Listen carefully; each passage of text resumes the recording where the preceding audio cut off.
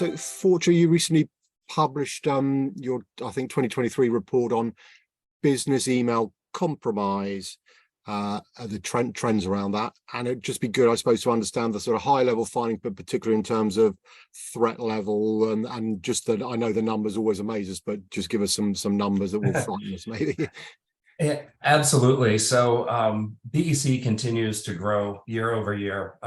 If we look at the IC3 numbers that are put out by the FBI, we go back to 2015, there were 263 million in reported losses.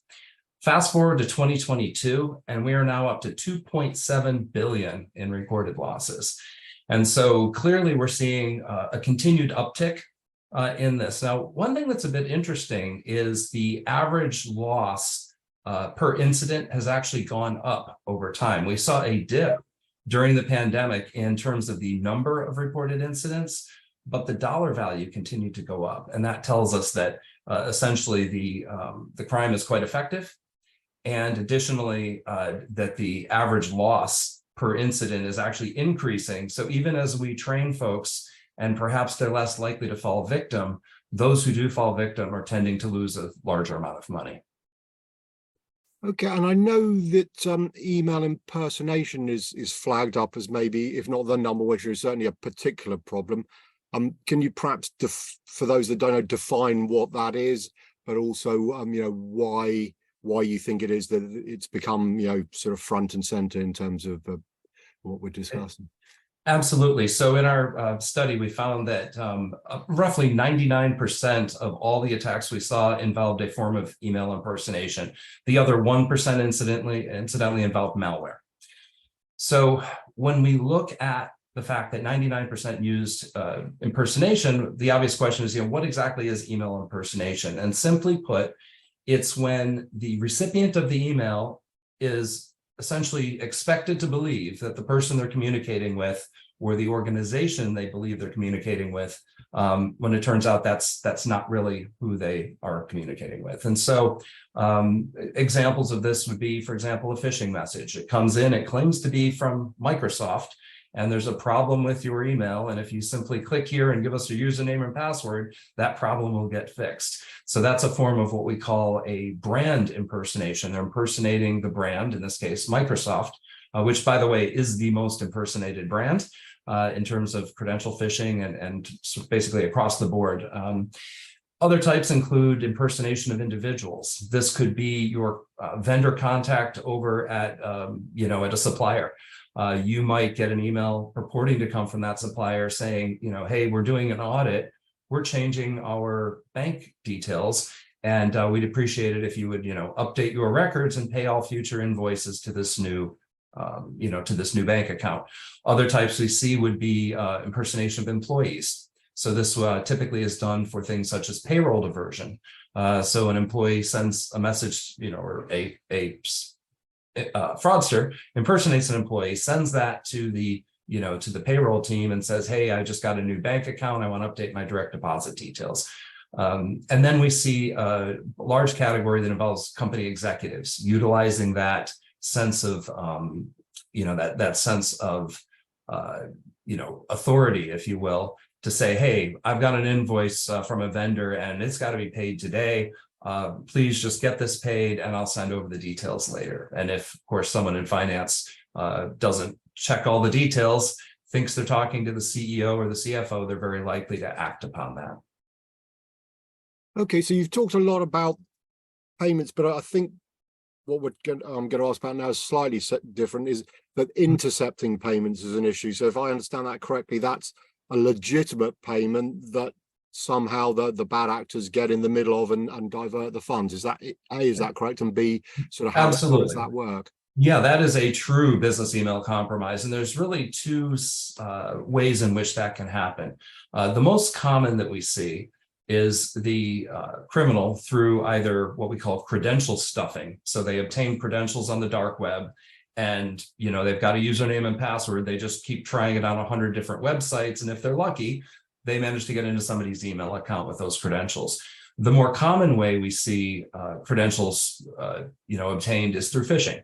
So, again, that example in the beginning, hey, this is Microsoft, you're over your quota, click here to, add more space or to clear whatever. They put in their credentials. The attacker now has their login information. Now, once the attacker logs in, they very often will put a rule in place. And, unless you really know where to look, you're not going to see that rule, but it'll simply say forward on a copy of anything that says, invoice, payment, due, etc. They'll put a list of keywords in there and they'll just quietly watch. And when they see that a payment, an invoice has just been sent, they'll jump in with a different email address. And they will say, hey, I am so sorry. I gave you our old bank details. Here's the updated invoice. Because they've been included in the entire conversation through the BCC, a blind carbon copy, they have the full history. And so they can include that full history of the conversation in the message that they send. So that's the first type that we see. The second type, they have access to the mailbox and they literally straight up use that mailbox to send out perhaps an invoice that doesn't even exist, or they may do a similar thing. An invoice has just gone out and now they jump in and say, hey, I'm so sorry. In that case, the actual email address and everything is going to match, right? It's actually coming from the account of the person who is sending it. Now, the bad actor, of course, is going to go to the sent items and delete that message so that the true mailbox owner doesn't see that. Okay, you've referenced our good friends Microsoft a couple of times, and I believe Office 365 phishing, their attacks are they significantly on the increase compared to other sort of, shall we say, fairly standard software providers or programs that people might use. It's a particular problem, is it? Absolutely. What we saw in actually the prior quarter was the high watermark, if you will, in what we had seen. It did dip slightly, but it's still 41% of all of the impersonation that we see is impersonating Microsoft, and most of those are specifically targeting Office 365. Now, why do you do that? Well, email is your entry into every other account. Think about the last time you did a password reset, whether it was your bank account or some other internal system that you use. What did they do? Well, they sent you a message to your email. Click this special link and you can set a new password. And so getting into that mailbox is really the key to the castle. Okay, and something I'll be honest, I mean, I'm a sort of jack of all trades, maybe master of none, but hybrid phishing was a new one for me. So can you tell myself, explain a bit more about what it is? Because I think the bad actors are using this now. So what it is and what's the particular problem, if you like? Absolutely. So phishing, of course, is voice phishing. And we've seen that for years. You get a phone call claiming to be Microsoft tech support, and next thing you know, they're in your computer. Hybrid phishing is simply where they have separated the channels into two distinct pieces. The first piece in this case is an email that comes in, typically informing you that some subscription you have has been updated for the year, and they tell you the amount and that this will hit your credit card in a day or two. And they always include a phone number that you can call if you want to cancel your service. Well, obviously, if you're seeing that you're about to be charged $400, $500, $600 for a service that you don't even recall signing up for in the first place, you might well pick up that phone. Now, this is a highly effective attack because they've suddenly gotten you away from that safe or relatively safe corporate IT environment where things like web proxies might detect that, oh, you're going to, a bad site or something along those lines. Once you pick up that telephone, all of those internal controls that are on the network, on the devices, et cetera, are gone. You've simply made a phone call, and now it's all up to the person at the other end of that phone to utilize social engineering to trick you into giving up, your real credit card details, or in some cases, we've even seen where they will do that tech support scam. They'll say, hey, great, we've canceled your Norton subscription. However, we need to connect into your computer in order to remove the software so you won't be charged again. And this lure can be highly effective. And I'm also wondering as well, I certainly know it happens in the UK that some of these numbers you phone charge you, ridiculous amounts per, second or minute. I mean, is that an additional part of the scam, or traditionally is that not that they just want to talk to you and then, as you say, socially engineer you towards giving them some money? Exactly. So in my experience, the numbers we've seen are actually toll-free numbers in the United States, at least. And so you're not getting charged for those numbers. But yes, I do know there's those, I think the 1-900 number series in the US where you're literally charged by the minute. It's not to say we haven't seen other scams that utilize that. A common one we've seen, just again, getting slightly off topic, but a call will come in and it'll just quickly disconnect. And some people will, of course, call that number back. And that turns out to be, you're getting charged $50 a minute to connect to that particular number. But as far as these hybrid phishing scams go, no, they're almost always toll-free numbers. And our good friend generative AI has obviously had a lot of publicity with Chat GPT and stuff like that. But it, again, as with good things maybe being done with it, or there are some bad things. So what are the bad actors using generative AI to get up to? Absolutely. Like every new technology, right? As you pointed out, the good folks use it and bad folks will, of course, figure out how to utilize it as well. Now, we don't have any direct evidence. We have to essentially look at what we're seeing in terms of the messages. And my guess, and my strong theory here, based on what we're seeing, things like the improvement of the language, improvement of the flow, things are sounding much more naturally. And we're also seeing quite a few different languages utilized. 2 years ago, almost every phishing message I saw was in English. We now see them in, pick a language. I've seen one in that language. Now, yes, you can copy and paste into Google Translate, but I think we all know that translation often is a bit rough around the edges. Things like ChatGPT can clean up your initial language. They can translate for you in a much more natural sounding way. And so based on, the anecdotal evidence of what we've seen, I've come to the conclusion that yes, there are some scammers that are beginning to utilize this new technology. And I think that we will continue to see a migration towards that so that they get away from those telltale signs of, poor grammar, bad spelling, awkward, just awkward language constructs that are so prevalent in the phishes of, a year or two ago.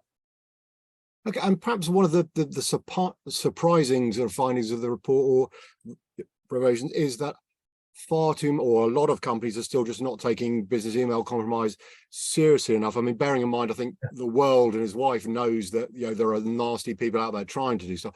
Are you surprised that so many companies perhaps aren't taking it seriously? And are there any reasons? I mean, do they have some false sense that because they've got some various bits of software there, no one can get near them? Well, just describe to me, if you like, why companies would think that not take the topic sufficiently seriously, I guess. Yeah, no, absolutely. Surprised? No. I've been at this about 15 years, so this does not surprise me at all. I think one of the things is there are only so many technology solutions one can put into place in order to solve this problem. And I believe that many companies think once they've deployed these various software solutions, that in some way they're fully protected. Now, my company, Fortra, we offer products that do that. We have various competitors out there as well. And I will tell you, neither us nor these competitors, none of those products are 100%. You always have that human being as the last line of defense.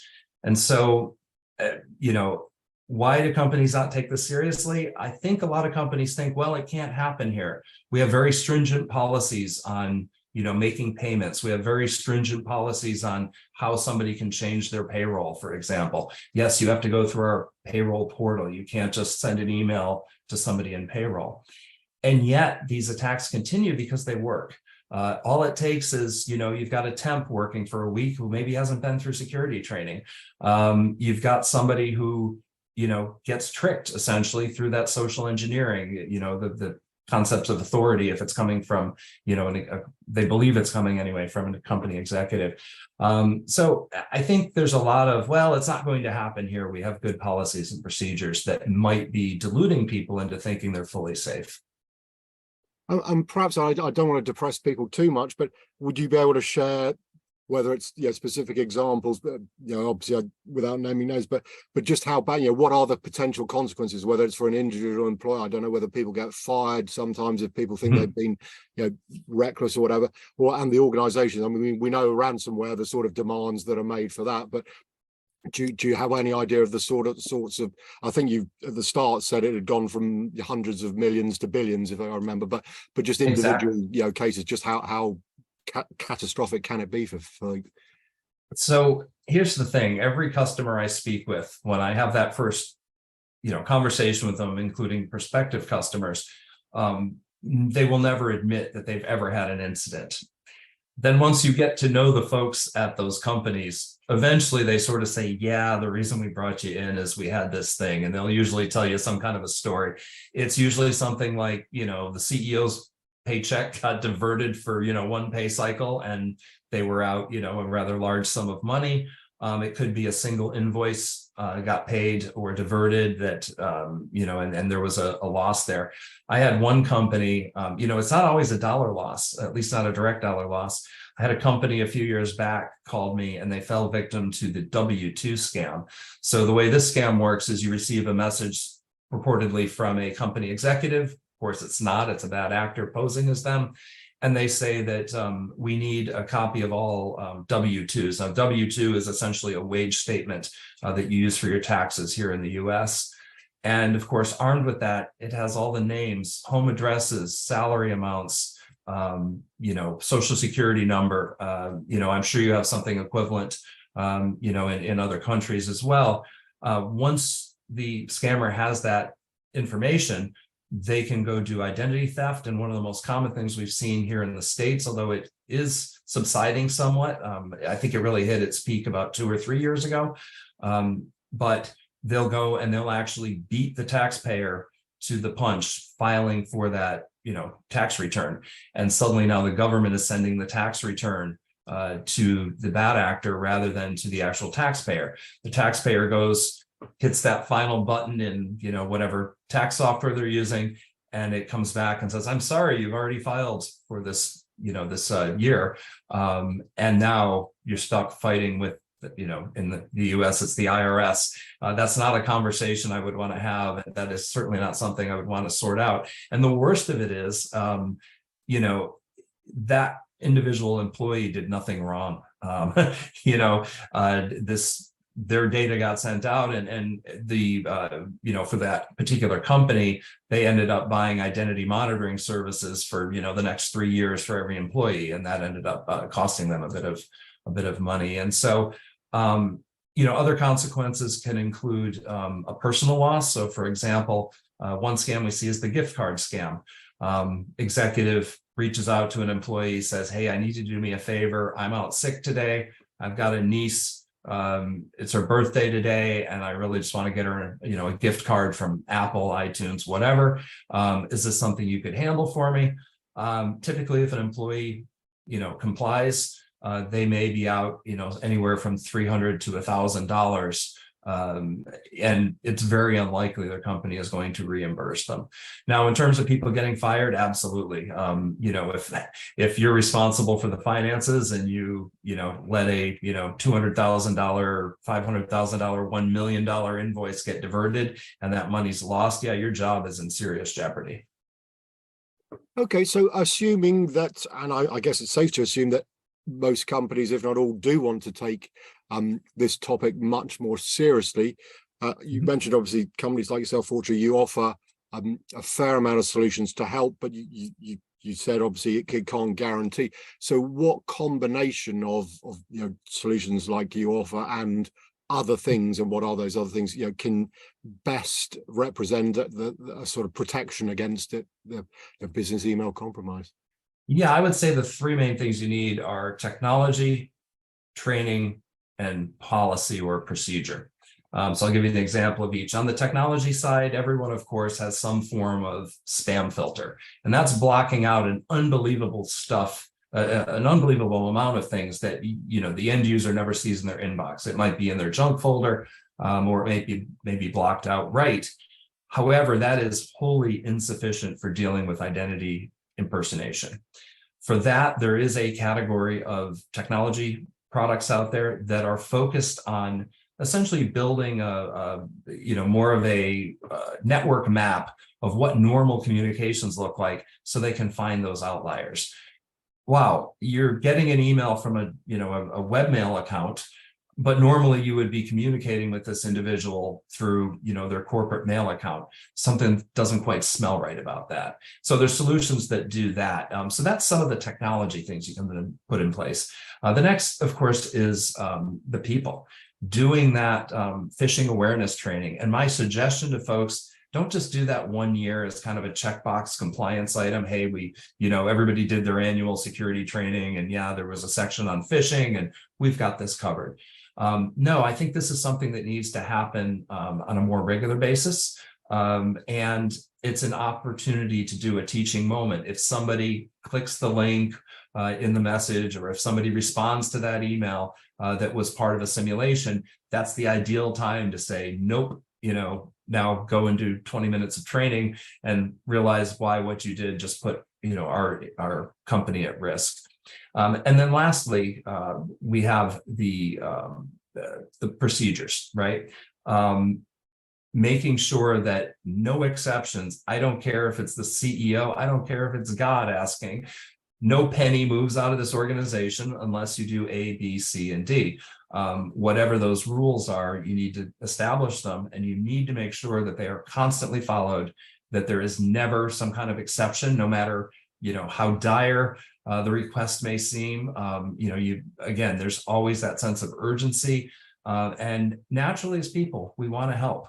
If somebody says, look, my bank account just got closed, I have to get my new paycheck into this new account, and for some reason I can't log into the payroll portal. Well, help them figure out how to log into the payroll portal. Obviously, don't let the scammer into that payroll portal, but do not circumvent the policy and procedure.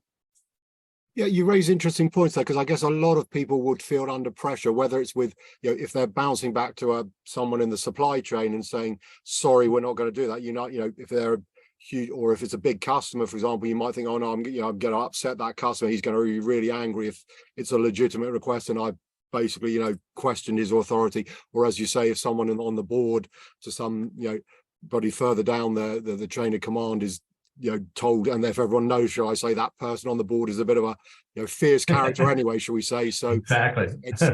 So I guess, how do you empower or give people that confidence to just turn down these kind of things if they're not, even if they're 90% sure it's correct, but there's just 10% and therefore they want to go through some checks? Is there a way of helping them have the confidence? And also, do you appoint somebody, a sort of referee or someone you can report to and say, look, I think this is legit, but can you just, Mr. IT security person, whoever it is, just confirm for me that what I'm about to do seems reasonable or whatever?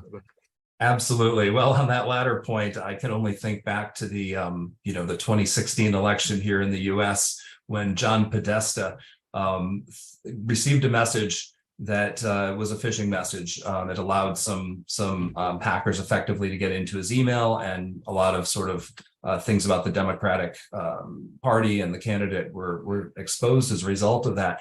He actually originally was suspicious. He sent it to the IT department, who looked at it, and they too were fooled, and they came back and said, no, it's legitimate. And of course, then he acted on it. My recommendation to folks is always use a separate channel for that second communication. Simply replying to the original email and saying, hey, Bob, is this really you? Did you really want me to do this? Obviously, that gets you nowhere. You just replied to the scammer, who of course is going to say, absolutely, it's me, I need you to do this. And so first thing is to make folks understand, use a separate channel, pick up the phone, don't call the number at the bottom of the email, because that could have been forged as well. Use the number you have already, go directly to the company's website to get their main number and ask for the individual. Whatever you need to do is to use that separate channel. The second thing I would say in terms of, well, what about the cantankerous board member or the customer that may be like, why are you bothering me? Why are you making me go through these extra steps? I think most folks, believe it or not, would actually be appreciative of that extra effort, because they will know that they're dealing with an employee or they're dealing with a company that takes security seriously.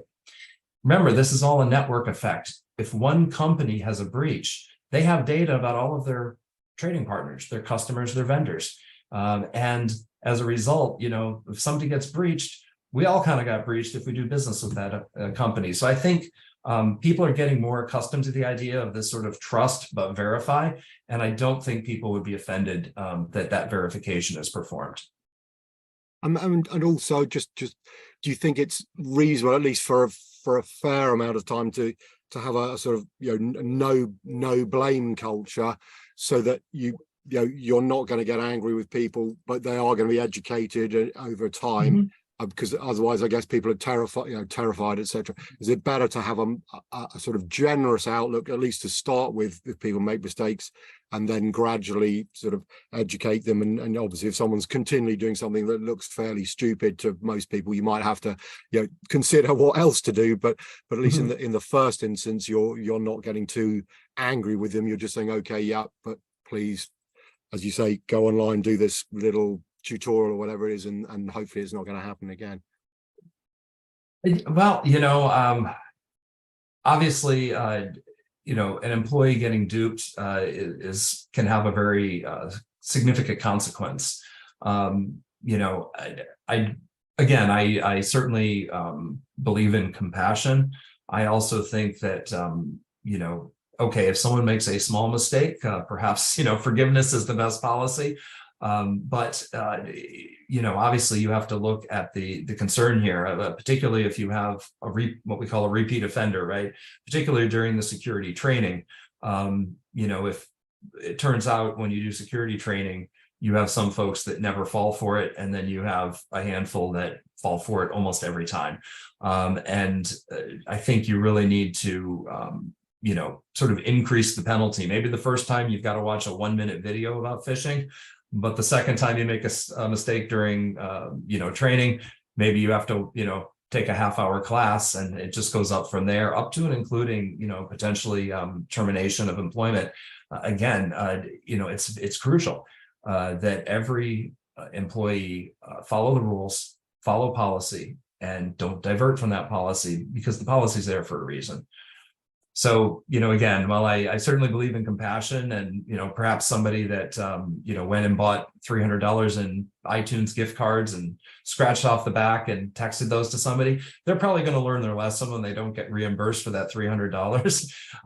If somebody wires off $1 million, thing that they think is part of an M&A activity that doesn't actually exist, I think obviously that's pretty serious. Yeah, and maybe just finally, do you think there's a possible danger? I mean, in the home environment, maybe people are, because it's them directly. I mean, I spent my whole life telling sons and wife, it doesn't matter who it's from, however, just like, if the bank contacts you via email, we don't do online banking. So they wouldn't, they don't have our email address. So that's clearly something's dodgy there.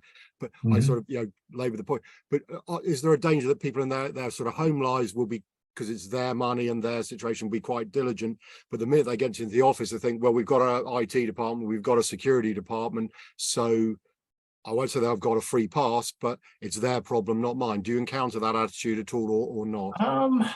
I have not personally seen that. In fact, I think that in some ways, people are more likely to be scammed in their personal life than to be scammed at work.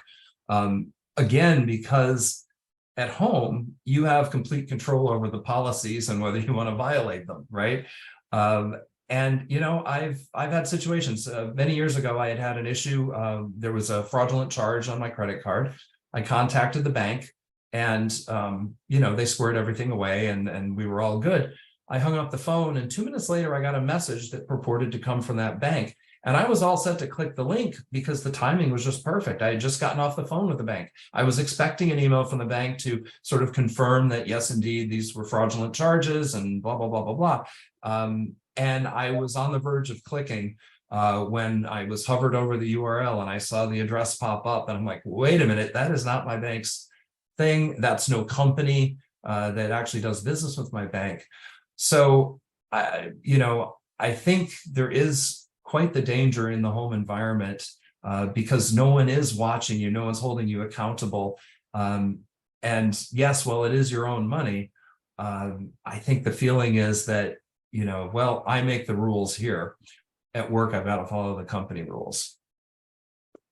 Okay, no, it's been a great conversation, and thanks for sharing so many insights. And I guess if there is a lesson to draw, it's from people need to be, I suppose, as suspicious as they possibly can about things. That's probably the default position. But it's been great to chat to you, John. So thanks very much. Likewise, Philip. Thank you so much for your time today.